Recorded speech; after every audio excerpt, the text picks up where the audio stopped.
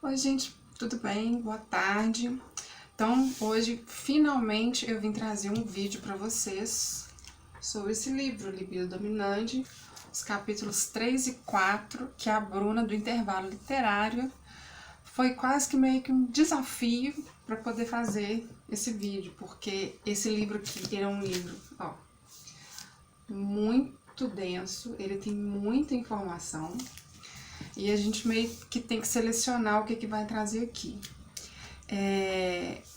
Capítulo 3, ele começa falando de Richard Price, que era um iluminista britânico com um pensamento mais semelhante aos iluministas franceses, fazendo um discurso em 1790. E esse discurso, o que acontece?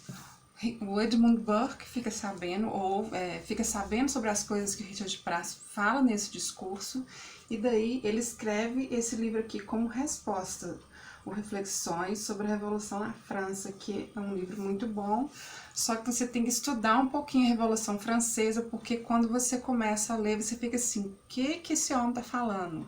Que a gente nunca ouviu falar disso. E estava presente, vendo o discurso, o William Golding, que é um outro iluminista francês, só que no caso bem mais jovem que o Richard Price, estava lá presente. E por conta desse discurso e uns livros iluministas que ele estava lendo no momento, ele acaba perdendo a fé e se tornando ateu. Outra consequência desse discurso do Richard, consequência indireta, porque o Burke escreve o livro por conta do discurso, e aí nós temos a nossa personagem principal, digamos assim, desses dois capítulos, a Mary Wollstonecraft, que acaba ficando famosa porque ela escreve uma resposta ao Edmund Burke, e um livro que ela escreve é esse aqui, que é a Reivindicação dos Direitos da Mulher, com o qual traz a fama para Mary Wollstonecraft. Então, eu vou, no primeiro momento, usar um pouquinho desse livro aqui, porque na introdução dele tem como se fosse uma mini biografia dela, né? E aqui a autora dessa mini biografia trata a Mary Wollstonecraft como se fosse uma feminista dos dias de hoje, né? Que ela fala, eis um texto escrito em fins do século XVIII que continua atual por sua defesa veemente da igualdade entre os gêneros. Mary Wollstonecraft nasceu em 1959 e aqui diz que ela sofreu abusos do pai e tal, que ela fazia uma militância anti-escravagista que é reconhecida oficialmente, fala que ela era autodidata, que ela participava ativamente do governo, por isso ela era uma feminista, é o que diz aqui. Margaret Thatcher manda um abraço. E a gente percebe até lendo esse livro, o tom que esse livro dá faz com que ela seja reconhecida na época como uma extremista. Isso gera um pouco de preconceito das pessoas em relação a ela, mas quando você começa a ler o Libido Dominante, que tem uma diferença grande dessa minha biografia aqui, porque as notas de rodapé aqui são todas de opiniões da pessoa que escreveu essa minha biografia. Só que no Libido Dominante, ele se baseia em cartas que a própria Mary Wollstonecraft escreveu. Então, é uma referência como se fosse de primeira mão. Então, o que a Mary Wollstonecraft falava que deixou ela com esse aspecto de extremista? Para ela, por exemplo, as mulheres da época, elas eram fúteis, mimadas, elas recebiam tudo de mão beijada, não se esforçavam para nada. Ela dizia que eram tantas as mordomias e poucas as responsabilidades que Mary considerava isso um impedimento à maturidade que resultava em déspotas ou tiranas mimadas.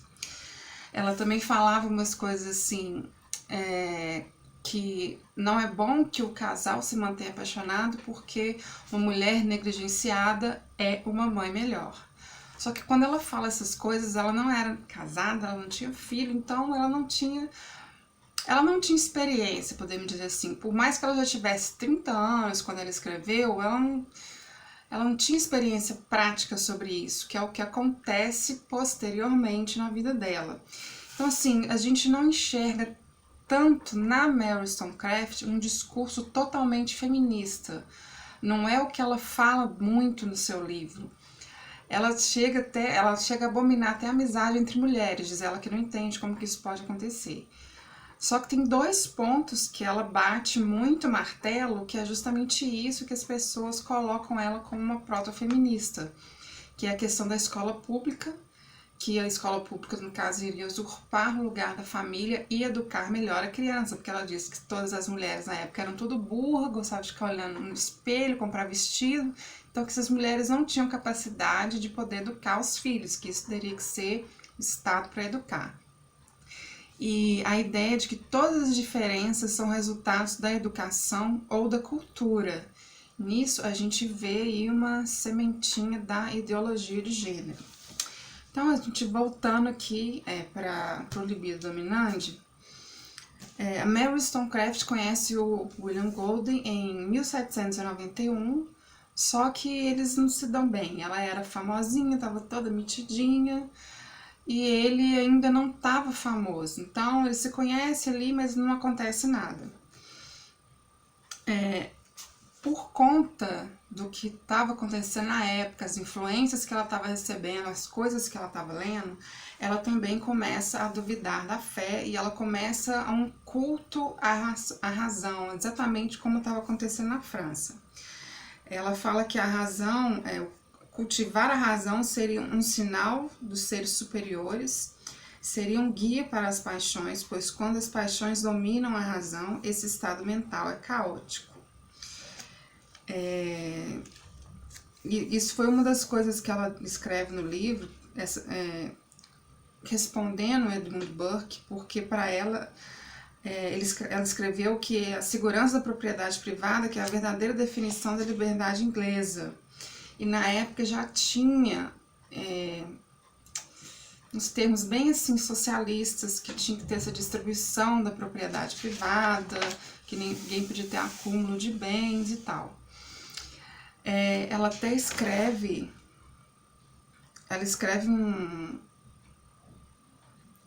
um livro de ficção onde ela fala que ela queria se dedicar à razão e que por conta disso ela não queria se casar porque ela não queria conforto doméstico, ela não queria outras responsabilidades. E ela se empolga com os discursos iluministas dessa liberdade sexual. Ela fala o seguinte, que olha no livro: o discurso sobre a renúncia e a recompensa num céu onde não haviam casamentos e noivados foi substituído pela crescente convicção de que todos os arranjos sexuais previamente inconcebíveis agora seriam possíveis, se a França podia depor seu rei. Será que um homem precisava permanecer casado com uma mulher da qual já se cansara? Só que ela ia sofrer na pele as consequências disso e não ia concordar com o que estava acontecendo. E assim, ela não andava com pessoas que tinham um pensamento conservador, digamos assim, na Inglaterra. Ela já estava andando com os revolucionários.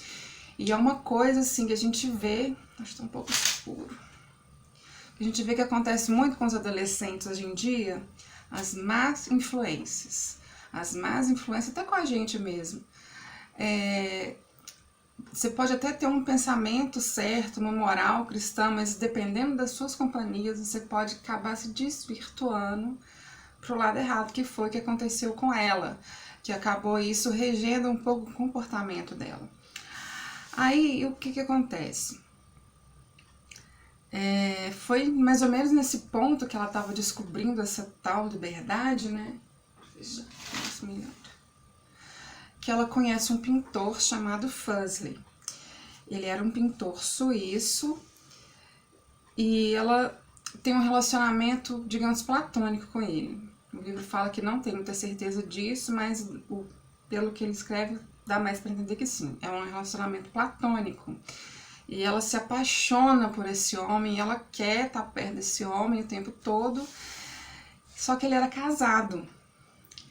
E ela chega até pelo que o livro fala, conviveu um pouco com a família, ela conhece a esposa dele, e ela chega um dia ao absurdo de tanta obsessão que ela tinha por esse homem, que eu não consigo ver de outra forma, a propor para a esposa do Fussell para poder dividir o marido. E aqui eu acho engraçado que no livro que fala que a Mary agiu com absoluto desrespeito pela monogamia obrigatória e principalmente assumiu o papel ativo do sujeito do desejo, né? Isso está escrito na introdução desse livro aqui. Não é isso, gente. Ela agiu como uma mulher desesperada, querendo de qualquer jeito ficar com o homem. Claro que foi isso. Só que aí, claro que a esposa do Fussell negou completamente e o Fussell concordou e os dois dispensaram a Mary Wollstonecraft. Mandaram ela embora, proibiram a entrada dela na casa, etc. E ela meio que fica com uma vergonha, sim, mas ela não entende se essa vergonha foi por conta da negativa do casal ou foi porque ela começou a perceber que ela mesma estava se rendendo, estava deixando a paixão dominar a razão, coisa que ela falava que era um absurdo. E nesse período, né, começa a estourar a Revolução lá na França. E, rejeitada pelo casal, ela recebe uma proposta do editor dela para poder escrever sobre a Revolução Francesa. Então, não desinteressada, ela viaja para a França, que até ela acha uma boa oportunidade de poder fazer aí um turismo sexual.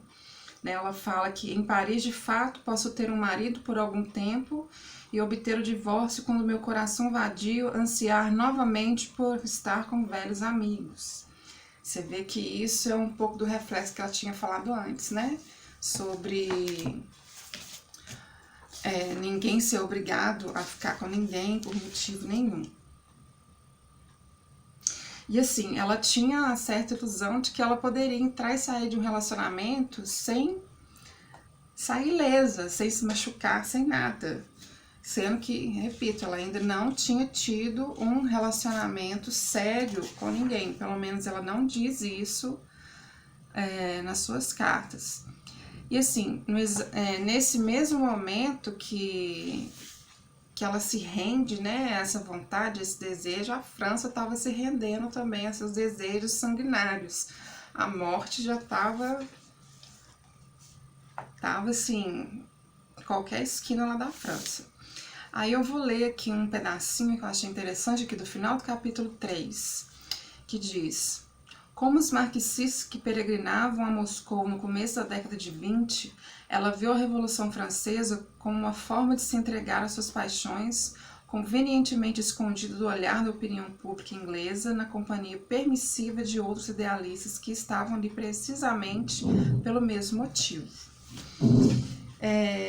E é engraçado, nessa mini biografia que tem no livro da Mary Wollstonecraft, fala que ela sofreu muito preconceito por causa dos relacionamentos sexuais dela, mas fala isso antes dela ir para a França, antes dela escrever o livro. E não é isso muito bem que a gente vê, pelo menos de acordo com as cartas dela, que a vida dela, antes dela ir para a França, antes dela começar a ter essas ideias revolucionárias na mente, ela não tinha, ela podia ter em mente, mas ela não praticava essas coisas. Pelo menos é o que diz. Então, a gente passa agora já para o capítulo 4, que começa aqui em outubro de 1792, que quando, né, a Mary Wollstonecraft estava lá desiludida por causa do Fussell, o Marquês de Sade crescia aos olhos dos revolucionários da época, né? E ele vê que a veia de ator dele poderia ser muito útil para a política. Você vê que a gente nunca ouviu falar desse lado do Marquês de Sade. Eu, pelo menos, nunca tinha ouvido falar. Mary Wollstonecraft chegou em Paris em dezembro de 92, a tempo de ver o Luís XVI sendo levado num fiacre para ser condenado. Ele foi enforcado no início do ano seguinte, mas essa cena meio que assusta um pouco a Mary Wollstonecraft de ver essa realidade, porque a figura do rei, aqui no Brasil a gente não entende muito bem isso, na nossa época atual, porque a gente não tem essa ideia de monarquia. Mas lá na Europa, a figura do rei é uma figura que impunha muito respeito. Você vê que mesmo ela tendo esses pensamentos mais revolucionários, mais iluministas, ela ainda ficou chocada com a imagem do rei sendo levado. E em fevereiro de 1793, William Golding publica sua obra-prima, que é uma investigação sobre os princípios da justiça política, que foi com esse livro que ele ficou famoso. E mais ou menos nessa época, o Robespierre consolidava o seu domínio ali na França, e um pouco depois a Mary Wollstonecraft conhece um outro homem lá na França, o Gilbert Imlay. Eu acho que é assim que fala, mas vamos chamá-lo de Gilberto, que fica melhor, né? Ele era um aventureiro libertino, completamente contra o casamento, que chegou até a escrever sobre isso, que ele era a favor ao amor livre, totalmente contra o casamento. Os dois se conhecem, primeiro ela fica um pouco assim, com o pé atrás, mas logo eles já estão morando no interior, num relacionamento totalmente sexual ali. E é interessante o paralelo que o autor faz com a vida dela, com o que está acontecendo na França, que nesse momento que ela está entregue às suas paixões, a França está no momento mais sanguinário da Revolução Francesa, decapitando aquele monte de gente. Então é o ápice da paixão ali. E por conta disso, os ingleses não eram muito bem vistos lá na França, porque a Inglaterra estava em conflito com a França, mas os americanos eram bem vistos, isso um pouco por causa da Revolução Americana, onde a França lutou ao lado dos Estados Unidos. Então esse Imlay, que era o Gilberto, né, que era americano, ele registra a Mary Wollstonecraft como esposa dele, mas só registra, eles não se casam, porque ele era contra. Então isso meio que realizou aquela fantasia que ela teve no começo, que ela poderia ter um marido temporário, então ela vê isso se concretizando assim. Só que passados poucos meses, ela engravida. E quando ela engravida, ele some, que é outra coisa que tem diferente da biografia ali, que ela fala que depois que a filha nasce, ele trai ela e tal, e abandona. Mas não, que de acordo com as cartas dela, que são mencionadas aqui, assim que ela engravida, ele dá uma desculpinha e some da vida dela. Então ela fica sozinha, abandonada na França. E nesse período, né, grávida, ela resolve voltar para Paris. E chegando em Paris, acontece uma cena assim que eu não consigo imaginar de tão horrorosa que deve ter sido. Imagina ela toda triste, desanimada, desolada, voltando lá para a capital, e ela escorrega, quase cai no chão. Ela não cai porque uns rapazes estavam passando lá, ajuda ela. Quando ela olha para baixo, ela estava passando pela Place de la Révolution, vamos dizer que é assim que fala. Ela escorrega numa poça de sangue, e quando ela vai reparar nessa praça, a praça está inteira coberta de sangue das pessoas que tinham acabado de ser assassinadas. Você imagina essa cena? Uma coisa horrorosa. E assim, durante toda a gravidez da Mary Wollstonecraft, ela mandou cartas e mais cartas para o Imlay, com argumentações com ele para ver se ele voltava para ela, que não deixa muito claro se ele respondia ou se ele lia essas cartas, mas ela passa 9 meses mandando carta para esse homem, falando para ele voltar, dando meio que argumentos para ele poder voltar. Tem até um pedacinho aqui, deixa eu ler aqui, de uma carta que ela escreve. Ai, gente, eu devia ter deixado marcada essa carta.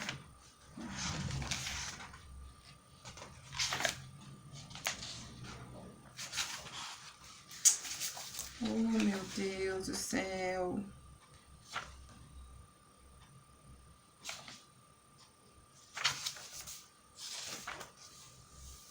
Ó, achei. Descobri que tenho mais inteligência que você sobre o aspecto, escreveu ela em uma carta. Pois posso, sem qualquer esforço violento da razão, encontrar motivos para o amor no mesmo objeto, durante muito mais tempo do que você. O caminho para os meus sentidos passa pelo coração, mas perdoe-me, creio que é um atalho para o seu. Ele abandonou ela e ela ainda estava lá querendo ele de volta. Aí a criança nasce uma menina, né? Ela nasce lá em Paris. E o Willey volta e acende um pouco uma esperança na Madison Crest, mas ele não voltou para Paris por causa dela. Ele foi lá por causa da Revolução. E no mesmo pé que ele foi lá, ele já voltou para Inglaterra novamente. E nesse período, uma coisa assim, né? Ela meio que descobre nisso o prazer de ser mãe. Olha, que chocante. Por isso que é meio estranho a gente falar que ela era feminista, gente. Porque a moral dela, a psicologia dela era muito ainda que ela tinha vivido na Inglaterra, uma moral mais conservadora. Então ela não se entrega totalmente a tudo. Você vê que mesmo com tudo que ela achou que seria certo, que ninguém devia se apegar a ninguém, ela queria ele de volta. Que ela queria que a filha dela tivesse um pai. Aí o que acontece? Ela volta para Inglaterra. Cadê? Ela volta para Inglaterra. E voltando para Inglaterra, ela ainda procura ele para ver se ela conseguiria ele de volta. Só que surpresa, surpresa, quando ela voltou para Inglaterra, ele já estava em um outro relacionamento. Né? Amor livre, etc, etc. E ela fica tão desesperada porque queria ficar com ele que ela volta a repetir aquela burrice que ela fez com o Fusley. Ela faz uma proposta dessa vez para ele, para que as duas mulheres pudessem dividi-lo, né? Mas ele mesmo recusa a proposta. E isso deixa ela assim um desespero. Meu Deus do céu, minha vida acabou, o homem não me quer. É muito feminista isso. Ela fica desolada, porque ela tinha se apaixonado por ele. Por pior que ele fosse, ela estava apaixonada por ele. Aí o que acontece? Ela tenta suicídio. Ela se joga no Tamisa. E ela não consegue se suicidar, né? Mas ela fica boiando ali. Entre subir e descer na superfície, ela fica boiando. E humor negro, digamos, mas é um pouco engraçado, porque ela boia por causa da cinta dela. A cinta dela, né, na cintura, assim, meio que faz um papel de salva-vidas. E é engraçado ainda, ela tá usando cinta, porque nesse livro dela aqui, ela fala mal disso. Ela fala, ó, para preservar a beleza pessoal, a glória das mulheres, ela fala isso aqui no livro com um tom irônico, que ela coloca exclamação. Os membros das faculdades são comprimidos com as piores faixas chinesas, assim, os membros das faculdades, quer dizer, a mulher que usa isso não sabe o que está fazendo da vida. Então, algumas pessoas que estavam por ali salvam ela, né, do Tamisa, e ela um pouco que se recompõe disso. E quando ela se recompõe disso, ela volta a se reencontrar com o William Golding em um jantar. E lá eles realmente se apaixonam.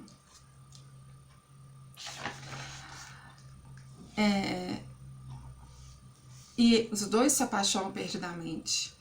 E só que assim, o William Golding, ele era anarcocapitalista, totalmente contra a qualquer instituição. Qualquer instituição. Principalmente a instituição do casamento. Eu vou ler aqui neste livro aqui, pra você ver como é que a gente usa vários livros só para uma história, o que ele falava sobre instituições e como ele era contra a instituição do casamento. O princípio por trás de todas essas injunções e proscrições era a soberania da razão. Apenas na ausência de todas as instituições opressivas, a humanidade poderia ser completamente racional, e sendo racional, ser também virtuosa, livre e igualitária. Assim não haveria nenhuma paixão ou preconceito para inibir o intelecto, nenhum erro ou falsidade para obstruir o caminho da verdade, nenhum egoísmo ou interesse próprio para inferir na benevolência, nenhuma ganância ou competitividade para enfraquecer a igualdade, nenhuma coerção ou cooperação para constranger a individualidade.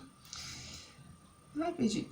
Sem famílias para desviá-los de suas obrigações mais excelsas, os indivíduos estariam aptos a se devotarem amplamente à humanidade, e sem o casamento, a mais odiosa das instituições, ou quaisquer outros contratos para amarrá-los a um futuro determinado, eles seriam livres e racionais em todos os momentos de sua vida.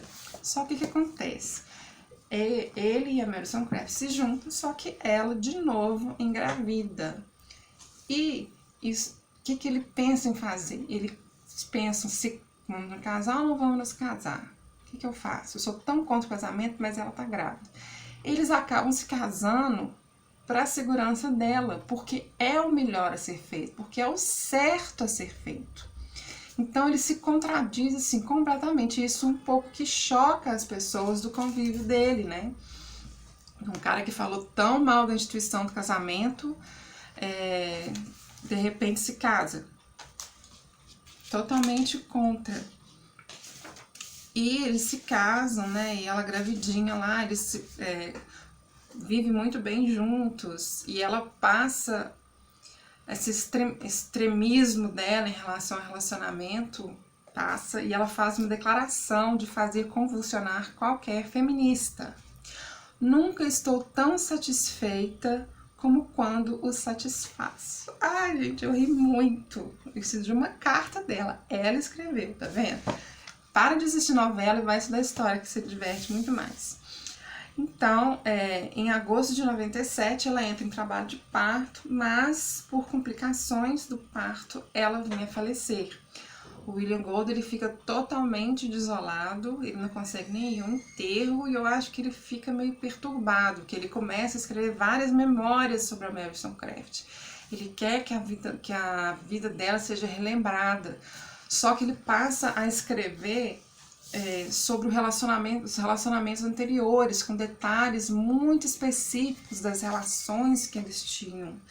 E isso um pouco que choca a sociedade, porque nessa época, em 97, a Revolução Francesa já não era a mesma coisa, ela já estava caindo, já tinha tido a Contra-Revolução, que inclusive foi feita por camponeses e artesãos, que o pessoal sempre fala que foram os camponeses e artesãos que fizeram, que não tem nada disso.